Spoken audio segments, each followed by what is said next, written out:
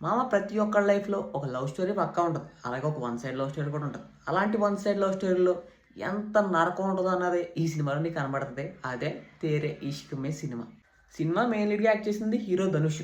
ఈ సినిమా కొంతమందికి పిచ్చ పిచ్చిగా నచ్చేది. కొంతమందికి నచ్చదు. కొంతమందికి ఎందుకు పిచ్చి పిచ్చిగా నచ్చిద్దిరా అంటే వన్ సైడ్ లవ్ స్టోరీ ఉన్న వాళ్ళకి బాగా కనెక్ట్ అయిపోద్దనమాట ఈ సినిమా. సినిమా ఫుల్ ఆఫ్ ఎమోషన్స్‌తో నిండిపోయి ఉంటది మామ. కొన్ని సీన్‌లు చూసినప్పుడు ఏంట్రా హీరోకి ఇన్ని టార్చర్‌లా అనిపిస్తదనమాట.